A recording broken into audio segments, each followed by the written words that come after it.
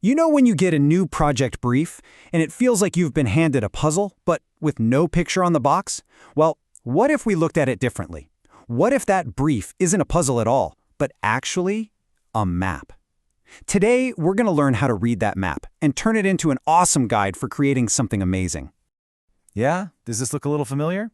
It's so easy to just feel completely overwhelmed, like you're drowning in a sea of text, not sure where to even begin. But what if I told you there's a really simple way to find your way back to shore? Right? It's that one question that can just stop you in your tracks before you've even started. But the good news is, there's a clear path forward. Let's find it together. So let's totally reframe this. This thing, it's not just some boring document. Think of it as your creative launchpad.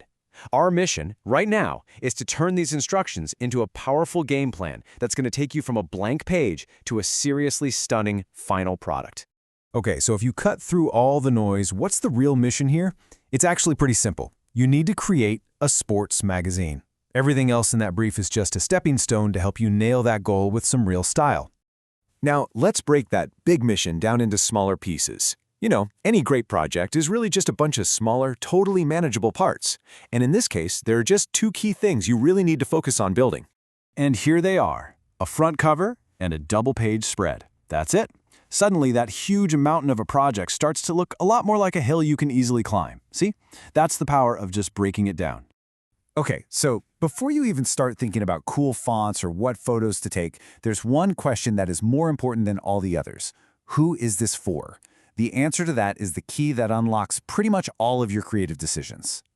Okay, this is where it gets really interesting. Somewhere in that wall of text, there's this little phrase, aspirational audience. This is your compass. These two little words are going to guide every single choice you make. So, what does that actually mean? An aspirational audience, it's all about a feeling. You know that feeling when you see an athlete you totally admire and you just think, wow, I want to be like that. That's it.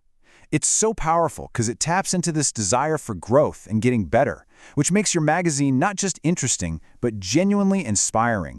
And the brief gives us another huge clue. Your audience is teenagers. So your challenge isn't just to make a magazine, it's to create something that motivates people.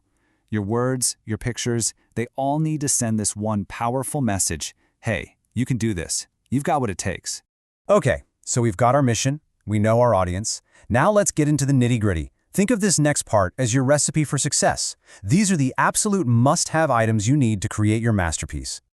All right, first thing on the checklist, images. The brief is super specific here. You have to take at least 4 original photos yourself.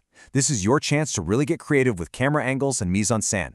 And hey, that's just a fancy term for everything that's in the shot. The lighting, the props, the background, all of it. On top of that, you can also use up to 4 extra images from other places. So yeah, just remember that number, 4. It's a must-do, a core part of the whole project, so you want to make sure you plan your photos to hit that target.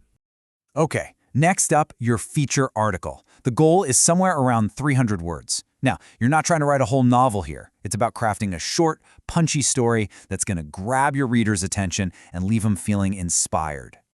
All right, and here is your checklist for making a seriously killer front cover.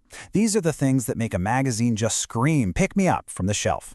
You've got the masthead, that's the big, bold title, a powerful main image that tells a story, and some juicy cover lines that tease what's inside. And of course, don't forget the little details like the barcode and price that make it look super professional. Okay, so we've broken down the mission, we've figured out our audience, we've got our checklist of ingredients. Now, let's put it all together and build a simple, repeatable blueprint for success you can use for pretty much any creative project. So here it is, a super simple 4-step process. First, and this is the big one, know exactly who you're talking to.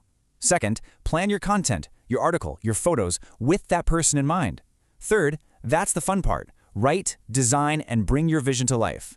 And finally, before you hand it in, go back to the brief one last time and check off every single requirement. It's like your final quality check.